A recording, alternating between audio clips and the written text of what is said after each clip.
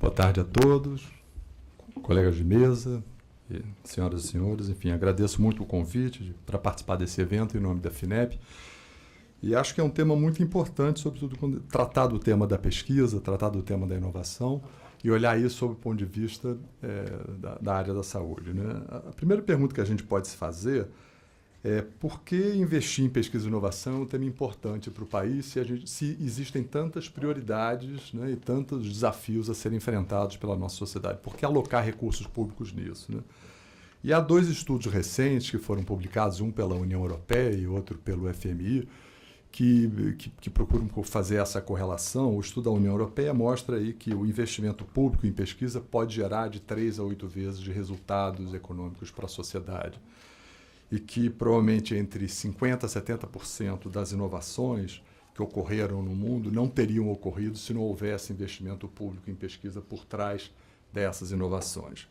O relatório do FMI, que é o paraíso, né, do liberalismo, enfim, aponta na mesma direção, né? Quer dizer, que a pesquisa, o apoio público à pesquisa, sobretudo à pesquisa básica, à pesquisa fundamental, ela pode ter efeitos muito significativos no incremento do PIB das diferentes sociedades. Então, esse é um tema que é bastante caro e é um tema que estará presente certamente nos próximos anos aqui no Brasil, a não ser que a gente queira ser apenas uma nação seguidora, compradora de soluções.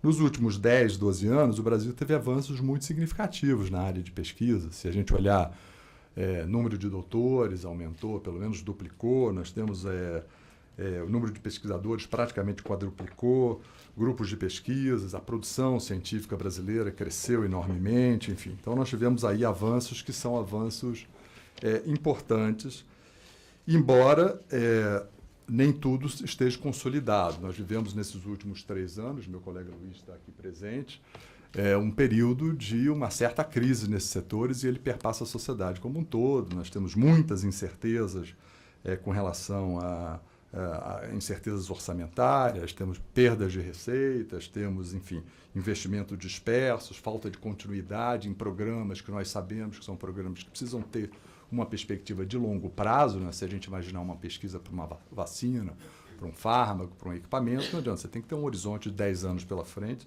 sem o que não adianta nem começar, né? Então, é um momento que nos leva a uma profunda reflexão. No entanto, a gente acredita que isso poderá aí ser superado e trabalhamos para isso. O setor de saúde do Brasil, ele tem, evidentemente, enormes desafios. Somos mais de 200 milhões, temos um sistema que é um sistema que persegue a universalização de serviços e persegue a qualidade, o que é extremamente importante para a nossa sociedade. Com esse grande objetivo, convivemos também com outros grandes desafios, né, de enfrentamento, né, de doenças reemergentes, febre amarela urbana aparecendo aí novamente, algo que a gente imaginou, enfim, que já havia desaparecido, toda a transição demográfica porque passa a sociedade brasileira, que traz novos desafios para o setor de saúde, enfim. Então, tem um conjunto enorme de desafios que se somam a esse grande objetivo, que é de atender com qualidade a toda a população brasileira. Nesse segmento, bom, e além disso, a gente tem o desafio da própria evolução tecnológica, né? Temos aí um conjunto de novas tecnologias surgindo, né, que estão por trás do que a China chama aí da indústria 4.0, e que devem mudar radicalmente a forma como a sociedade dialoga, como a forma como os serviços serão prestados, e isso é um ponto que a gente tem que estar muito atento, porque isso certamente marcará, o secretário comentou isso, e isso vai marcar de uma maneira muito presente como o sistema se organizará e como a sociedade se organizará futuramente. Nesse sentido, então, a pesquisa em saúde, ela ganha, é um setor que tem enorme tradição no Brasil, a pesquisa, mas ela ganha ainda mais relevância quando a gente olha para todos esses desafios que precisam ser enfrentados e todas essas oportunidades que surgem aí no setor. A área de saúde no Brasil, ela tem uma grande tradição de pesquisa, né? Ela é responsável, provavelmente, por uma parcela considerável daquilo que se produz de ciência no país, e parcela disso que é levado à sociedade na forma de melhoria de serviços e de produtos de uma maneira geral. Acho que o deputado Zalci comentou que nós estamos aí na 13ª posição na produção científica mundial, medido aí por publicações, né? No entanto, nós temos um desafio, é o impacto disso, é a qualidade. Avançamos muito na produção, mas é questionável se essa produção, de fato, ela é uma produção de impacto. Isso pode ser medido pelas citações, o quanto outros pesquisadores no mundo afora olham para a gente disso, aquilo é relevante. Então, esse é um tema que, do ponto de vista da política geral da pesquisa, é um tema a ser enfrentado, mas é particularmente caro também ao setor de saúde, saber se a gente está alocando e se a gente está acompanhando de maneira importante. Há explicações para isso, quer dizer, o Brasil colabora muito pouco na área de pesquisa. Tem um estudo recente da CAPES que mostra que um pesquisador ele colabora, 70% dos pesquisadores colaboram num raio, com pessoas e organizações que estão a um raio de 10 quilômetros da sua organização.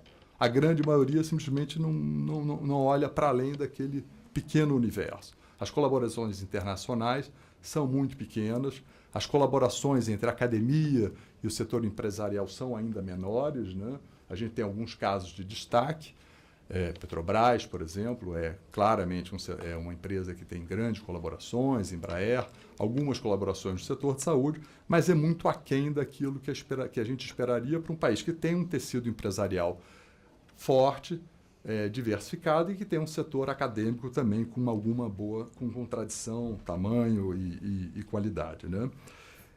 O que leva a isso a dizer é o seguinte, que a gente tem qualidade, a gente avançou muito na pesquisa, mas não avançamos, não houve o mesmo progresso no que se refere à qualidade. Isso, portanto, é um desafio que a gente precisa enfrentar e precisa olhar se a gente quer que isso se transforme em serviços, em produtos, em atividades para o setor de saúde.